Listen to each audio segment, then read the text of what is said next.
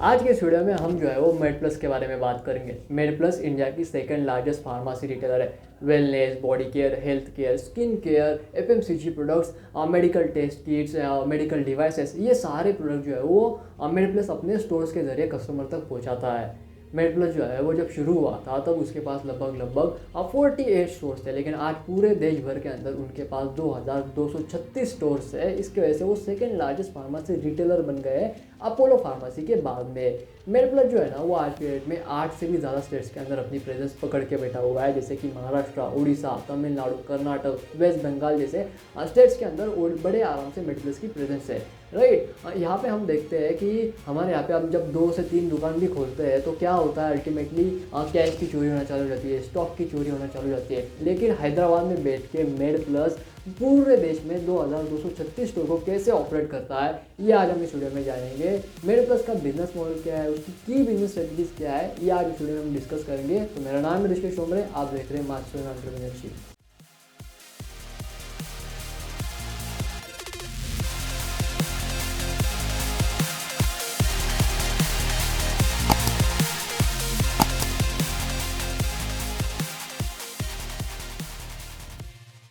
Made plus जो है ना वो मोस्टली 3 बिजनेस मॉडल्स को फॉलो करता है। सबसे पहले वो फॉलो करता है क्लस्टर बेस्ड अप्रोच। इसका मतलब क्या होता है, ये डेटा ड्रिवन अप्रोच भी किसे कहते हैं। क्लस्टर बेस्ड अप्रोच एक बिजनेस मॉडल होता है जिसके अंदर डेटा का इस्तेमाल किया जाता है। क्लस्टर का मतलब होता है lot of data, collection of data, यानी कि बहुत ज़्यादा डेटा।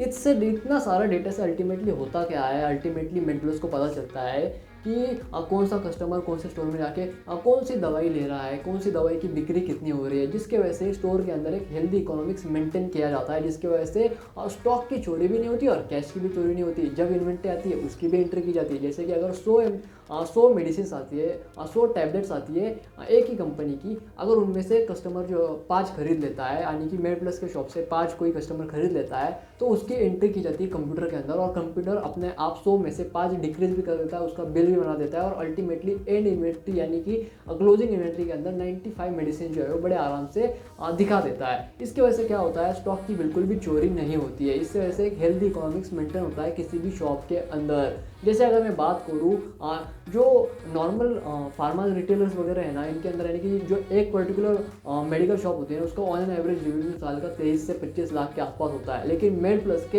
एक स्टोर का जो रेवेन्यू होता है ना वो साल का 1.5 करोड़ के आसपास होता है। 1 करोड़ 60 लाख, 1 करोड़ 70 लाख, 1 करोड़ 80 लाख, 1 करोड़ 50 लाख के आसपास ये रेवेन्यू जो है ना एक पर्टिकुलर स्टोर के आसपास घूमता रहता है। राइट, जो कि बहुत ज़्यादा है। जो उसे हेल्प मिलती है, कैसे उसे हेल्प मिलती है, डेटा की वजह से, क्योंकि उसे अपने कस्टमर्स को वैल्यू प्रोवाइड करनी है। क्यों?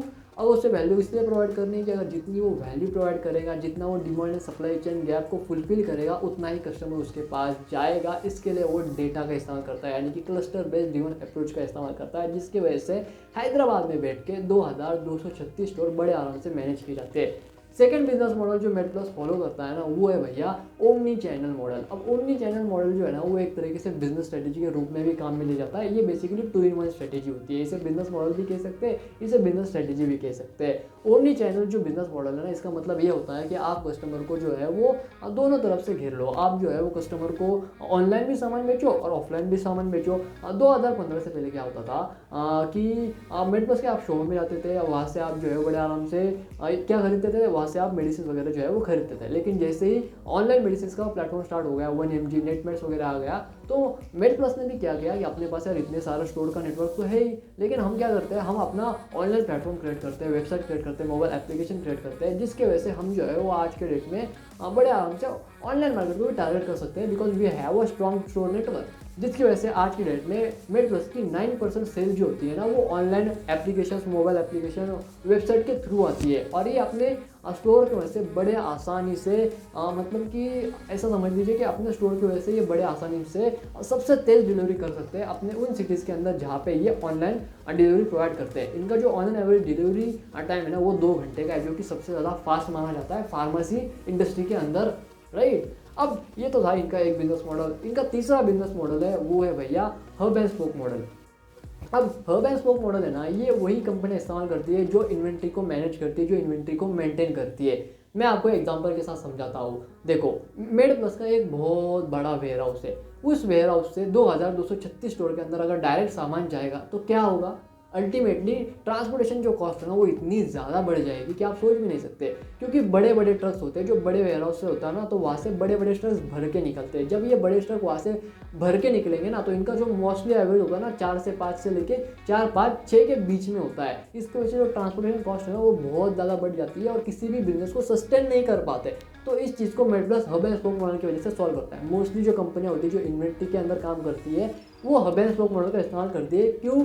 क्योंकि इसके अंदर जो स्टॉक की, यानी कि आप ऐसा समझ लीजिए कि यहाँ पे जो ट्रांसपोर्टेशन कॉस्ट है ना वो बहुत ज़्यादा टूटती है, यानी कि बहुत ज़्यादा कम हो जाती है और वो कंट्रोल में आती है। वो कैसे, मैं आपको समझाता हूँ। अब बड़े वेयर हाउस से छोटे वेयर हाउस के अंदर जो है वो सामान लाया जाता है। मान लेते हैं मेडप्लस का हैदराबाद में बहुत बड़ा वेयर हाउस है, अमेजोन से और फ्लिपकार्ट से 3 गुना ज़्यादा वेयर हाउस इनका हैदराबाद में। अब वहाँ से क्या होता है, वहाँ से पुणे का एक छोटा वेयर हाउस है, मुंबई का एक वेयर हाउस है, नागपुर का एक वेयर हाउस है, कलकत्ता का एक वेयर हाउस है, उसी के साथ साथ जगतपुरी का एक वेयर हाउस है, उसी के साथ साथ हम देखेंगे तो अहमदाबाद का एक वेयर हाउस है, उसी के साथ साथ और ऐसे ही कई सारे सिटीज़ के इनके पास छोटे छोटे वेयर हाउस है। बड़े वेयर हाउस से सामान बड़े ट्रक्स में बड़े ही स्केल के ऊपर छोटे वेयर हाउस में लाया जाता है और छोटे वेयर हाउस के अंदर छोटे छोटे ट्रक, छोटे छोटे टेम्पू है, वो उस पर्टिकुलर सिटी के सारे रिटेल शॉप्स के अंदर जो है वो मेडिकल, मतलब कि मेडप्लस के जितने भी रिटेल शॉप्स है वहाँ पे वो जाके सामान की डिलीवरी करते हैं और उनका जो एवरेज होता है वो ऑन एवरेज 15 से 20 से लेके होता है, जिसकी वजह से मेडप्लस की जो ट्रांसपोर्टेशन कॉस्ट है ना वो काफ़ी ज़्यादा हद तक कम हो जाती है और वो कंट्रोल में आ जाती है।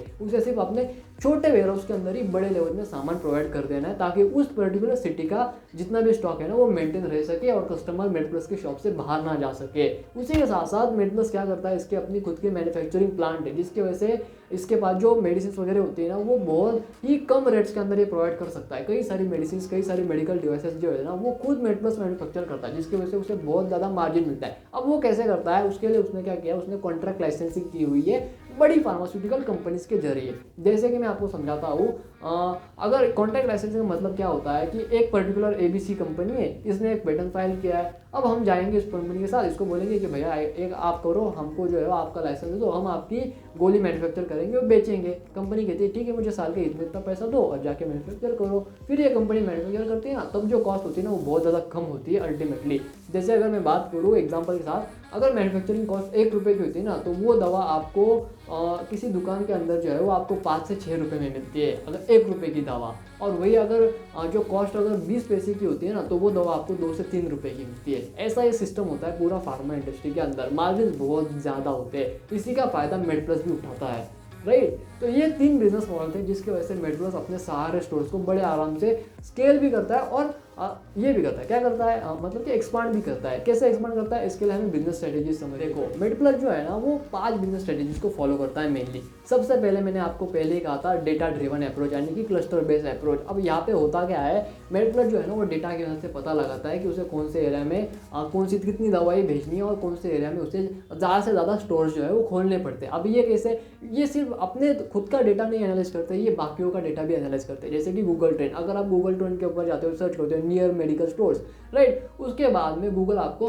बंच ऑफ डेटा देता है। उसके बाद में वो बताता है कि इस एरिया से कितनी % डील आ रही है, इस एरिया से कितनी % सर्चेस आ रही है, कितने % लोग एक्शन ले रहे हैं इस पर्टिकुलर एरिया के अंदर मेडिकल शॉप के लिए। ये सारी जो डेटा होता है ना गूगल बड़े आराम से फ्री में प्रोवाइड करता है अपने गूगल ट्रेंड प्लेटफॉर्म की वजह से। इसी के साथ साथ मेडप्लस जो है गूगल ट्रेंड, गूगल एनालिटिक्स, कई सारे टूल्स का इस्तेमाल करके पता लगाता है कि उसे नेक्स्ट कौन से एरिया के अंदर अपनी शॉप खोलनी है। और इसके लिए उसका बहुत ज़्यादा, ये उसका जो काम है ना पहले थोड़ा सा ज़्यादा कॉम्प्लेक्स होता था क्योंकि उसे बाहर से डेटा लाना पड़ता था, लेकिन आज की डेट में ये बहुत ज़्यादा ईजी हो गया। क्यों? इसके लिए समझनी पड़ेगी सेकंड बिजनेस स्ट्रेटेजी, वो है द ओमनी चैनल स्ट्रेटेजी। अब ओमनी चैनल स्ट्रेटेजी का मतलब क्या होता है, यहाँ पे हाइपर लोकल डिलीवरी मॉडल को फॉलो किया जाता है। जब भी कस्टमर ऑनलाइन कोई भी सामान ऑर्डर करता है तो वो जो सामान होता है ना वो अल्टीमेटली सबसे नियरेस्ट स्टोर में जाता है और वहाँ से वो फुलफिल किया जाता है। अब जब भी आप ऑनलाइन कोई भी चीज़ ऑनलाइन करते हो, ऑर्डर करते हो, तो आपको उसका पिन कोड देना पड़ता है आपके एरिया को।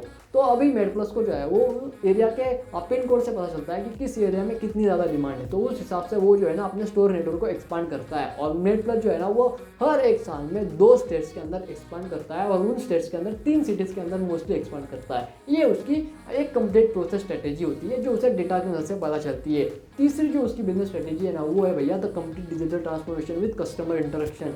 इसका मतलब क्या होता है, इसका मतलब बहुत आसान होता है। इसका मतलब ऐसा है कि आप जो है वो कंपनी को कम्प्लीटली डिजिटल ट्रांसफॉर्म कर रहे हो। आपकी जो ऑनलाइन सेल्स है, मेडप्लस की जो ऑनलाइन सेल्स है ना वो 9% की आती है, तो उसे इनको बढ़ाना है कम से कम 30 से 40% तक। तो ये क्या कर रहे हैं, ये कम्प्लीटली अपने वेबसाइट्स और ऐप के ऊपर बहुत ज़्यादा खर्च कर रहे हैं, जिसकी वजह से इनको ये भी पता चलेगा कि कस्टमर बिहेवियर पैटर्न क्या है, कस्टमर कब कब पैटर्न करता है, कब कब ऑर्डर करता है। इसकी वजह से उन्हें कस्टमर रिलेशनशिप मेंटेन करने में, कस्टमर इंटरेक्शन मेंटेन करने में काफ़ी ज़्यादा हेल्प मिलती है। ये होती है उसकी तीसरी स्ट्रेटेजी। फोर्थ नंबर की जो स्ट्रेटेजी ना वो है भैया द इन्वेंट्री मैनेजमेंट स्ट्रेटेजी। यानी कि यहाँ पे क्या होता है, यहाँ पे अल्टीमेटली उनके पास बहुत बड़ा वेयर हाउस है जहाँ पे ये फार्मास्यूटिकल कंपनी से बहुत बड़े स्केल में माल ऑर्डर करते हैं, प्रोडक्ट्स ऑर्डर करते हैं, जिसके वजह से जो अल्टीमेटली 5 रुपये की जो दवा होती है, फॉर एग्जाम्पल अगर समझ लेते हैं कि एक दवा है जिसकी कॉस्ट 1 रुपया है, तो वो उन्हें कम से कम 20 से 30 पैसे में मिल जाती है। इतने बड़े स्केल पे ऊपर ये जो है वो ऑर्डर करते हैं, और वो 1 रुपये की कॉस्ट वाली दवा अल्टीमेटली 5 रुपये में जाती है, लेकिन मेडप्लस जो है वो उस दवा को 20 पैसे में ही खरीद लेता है, यानी कि 4 रुपये 80 पैसे का प्रॉफिट, राइट। अब यहाँ पे मेडप्लस जो है ना वो अनदर स्ट्रेटेजी का इस्तेमाल करता है, उसे कहते हैं द डिस्काउंटिंग स्ट्रेटेजी। अब यहाँ पे होता क्या है, देखो अब मेडप्लस के पास ना बड़े ही लेवल के अंदर उसने जो है वो मेडिसिन की प्रोक्योरमेंट की हुई है, यानी कि उसे खरीदा हुआ है। अब यहाँ पे वो क्या करता है, वो डिस्काउंट देता है कस्टमर को, ताकि कस्टमर जो है वो रिपीट आए। अगर आप बल्क में मेडप्लस से शॉपिंग करते हो, यानी कि मेडप्लस से आप दवाई खरीदते हो, तो मेडप्लस आपको काफ़ी अच्छा डिस्काउंट देता है। ऑनलाइन खरीदते हो तो वहाँ पे भी आपको डिस्काउंट देता है। प्लस अगर आप बल्क में नहीं खरीदते, ऑनलाइन भी नहीं खरीदते, कम मतलब कि 10 रुपये की एक गोली लेने जाते हो, तो वहाँ पे भी वो आपको डिस्काउंट देता है। मैं आपको समझाता हूँ कैसे। मान लेते हैं एक पर्टिकुलर वेबसाइट के अंदर, यानी कि वेबसाइट छोड़ दीजिए, एक मेडिकल शॉप लेते हैं। अब पर्टिकुलर एक मेडिकल शॉप के अंदर जो है वो एक दवा है जिसकी कीमत है भैया 10 रुपये, लेकिन वही दवा आपको मेडप्लस के अंदर 7 रुपये 8 रुपये में मिल जाती है। ऐसे वजह से होता क्या है, जो कस्टमर है ना वो रिपीट के ऊपर रिपीट जाता है और रिटेन हो जाता है। ये थी कुछ बिजनेस स्ट्रेटेजी जो मेडप्लस इस्तेमाल करता है अपने बिजनेस को बढ़ाने के लिए। आशा करता हूँ कि आपको ये वीडियो पसंद आई होगी। आप चैनल को लाइक करेंगे, अपने दोस्तों के साथ इसे शेयर भी करेंगे इस वीडियो को, और सब्सक्राइब भी करेंगे। मैं मिलता हूँ आपसे नेक्स्ट वीडियो में, तब तक के लिए जय हिंद, वंदे मातरम।